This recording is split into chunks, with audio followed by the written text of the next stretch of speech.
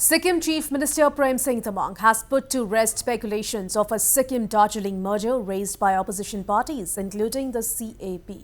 Speaking to the media today, Chief Minister Tamaung reiterated that Article 371F of the Constitution safeguards Sikkim's rights and status. Well, he said the concern raised by the opposition is a non-issue. तो देखो 371F ने सिक्किम को special protection दिया है, ये सबको मालूम है, हर एक सिक्किमीज को मालूम है। और जो भी अभी बोल रहा है उनको भी अगर पूछेंगे, उनका भी रिकॉर्ड देखो आप, उनको पूछा था एक बार कि ऐसा दार्जिलिंग और सिक्किम विलय होगा, नहीं होगा, तो वो सब बोलता है नहीं होगा। तो एक कोई भी पॉसिबल चीज नहीं, ये कोई इशू नहीं है, ये मुद्दा उन लोगों के पास नहीं है, इसीलिए बोल रहा है कभी कभी ये दार्जिलिंग सिक्किम विलय होगा। कैसे विलय होगा? सिक्किम अपना स्टेटस है, अपना मर्यादा में कायम है। तो On the speculations on whether the purpose of February 10 meeting is to discuss a potential Sikkim-Darjeeling merger, Chief Minister Tamaung said the meeting concerns only Sikkim and the recently formed high-level committee, which is actively pushing for tribal status for the 12 left-out communities of Sikkim. Well, the committee is meeting at Old Sikkim House in Delhi, where discussions will take place on advancing their demand for recognition.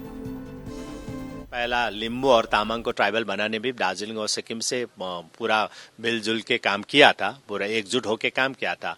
तो अच्छा रहेंगे, central government में pressure करने के लिए भी अच्छा रहेंगे। इसीलिए हम लोग ने सिलगड़ी में काम किया था, क्योंकि ये दार्जिलिंग का मुद्दा भी एक ही है, हमारा मुद्दा भी एक ही है, क्योंकि उन लोगों का 11 कम्युनिटी और हमारा 12 कम्युनिटी। लेकिन इस बार हमारा जो हाई लेवल कमेटी है वो तो सिक्किम के लिए ही है ना, ये तो दार्जिलिंग के लिए और दूसरे जगह के लिए नहीं। तो ये high level committee only for this Sikkim.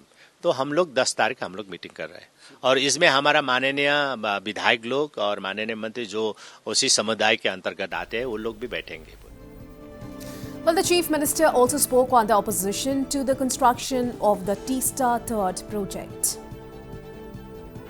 तो रेवेन्यू हम लोग ने जो टीस्टा ऊर्जा से आता था, जो प्रोजेक्ट से आता था, जो चोंगथांग का प्रोजेक्ट से, वो तो हमारा लोन पेमेंट करने का भी उतना ज्यादा नहीं होता था। इसलिए हम लोग ने लोन बैंक से, स्टेट बैंक ऑफ सिक्किम से 300 करोड़ लेकर हम लोग ने पेमेंट किया, ताकि हम एमपीए में नहीं जाए। इसलिए हम लोग ने स्टेट राज्य के हित में हम लोग ने ये प्रोजेक्ट जो था, जो ग्रीनको था, जो Greenko highest second share holding था, तो और पहला का गवर्नमेंट ने ही यही एग्रीमेंट किया था, अगर शेयर गवर्नमेंट का अगर किसी को देंगे तो उसको ही देना पड़ता। तो इसी हिसाब से हम लोग ने पूरा करके और वैल्यूएशन करके हम लोग ने दिया, और हमारे ऊपर एक भी ऊपर अभी लोन नहीं, हम लोग लोन फ्री हो गए। जब ये प्रोजेक्ट बनेंगे उसके बाद हमको रेवेन्यू मिलेंगे 12%। On the decline in the state's population, Chief Minister Tamaung said it is a cause of concern and the state is taking initiatives to address the issue.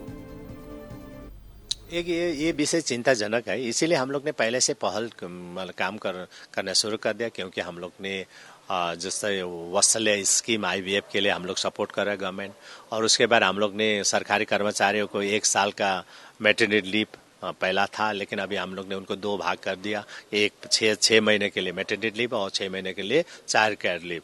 तो हम लोग ने जो एम्प्लॉयज का 2 बच्चा होंगे उनको 1 इंक्रीमेंट देंगे एक्स्ट्रा, और जिसका 3 होंगे उनको हम लोग डबल इंक्रीमेंट देंगे। तो एक चिंताजनक विषय, हम सब मिलकर इसमें काम करेंगे पूरा। और ये विषय not only for the Sikkim state, और दूसरे स्टेट में ये समस्या है, जैसा आंध्र प्रदेश ने भी डिक्लेयर किया है, और हर सारे स्टेट में किया है एक्सेप्ट 5 स्टेट्स।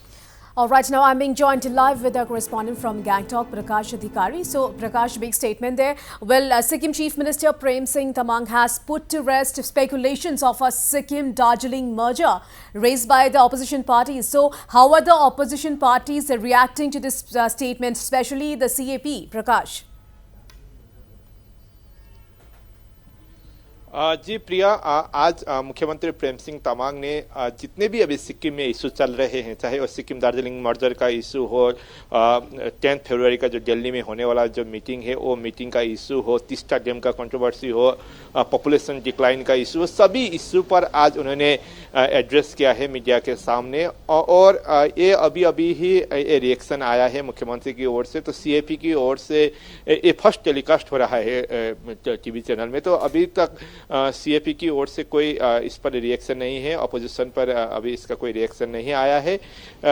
मगर जो 10 तारीख का जो मीटिंग होने वाला है नई दिल्ली में, वो मीटिंग ट्राइबल स्टेटस को लेकर, ट्राइबल का जो डिमांड है उसको लेकर किया गया है। और जो कमेटी सिक्किम गवर्नमेंट ने फॉर्म किया है, वो कमेटी के साथ सिक्किम गवर्नमेंट के मुख्यमंत्री, एमएलए, मंत्री और जो 12 लेफ्ट आउट कम्युनिटीज़ के जितने भी जो मेंबर्स है, कम्युनिटी मेंबर्स, उन लोगों के साथ ये मीटिंग किया है 10 तारीख को मुख्यमंत्री ने स्पष्ट रूप में आज बताया है। और इसी तरह सिक्किम दार्जिलिंग मर्जर का इशू पर कोई बात होने की संभावना नहीं है, और सिक्किम दार्जिलिंग का जो मर्जर है वो कभी नहीं होगा बोल के मुख्यमंत्री ने आज स्पष्ट रूप में बताया है। प्रिया।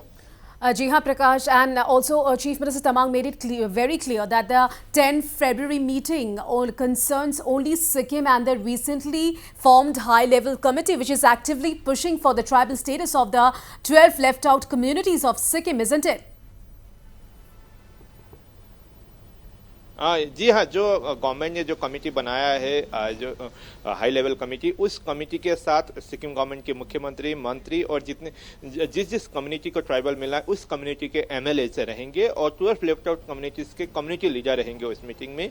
तो इसमें कोई दूसरा बात में चर्चा होने की कोई संभावना नहीं है, मुख्यमंत्री ने स्पष्ट किया है। और ये नई दिल्ली के जो ओल्ड सिक्किम हाउस है, ये ओल्ड सिक्किम हाउस में ये मीटिंग होगा।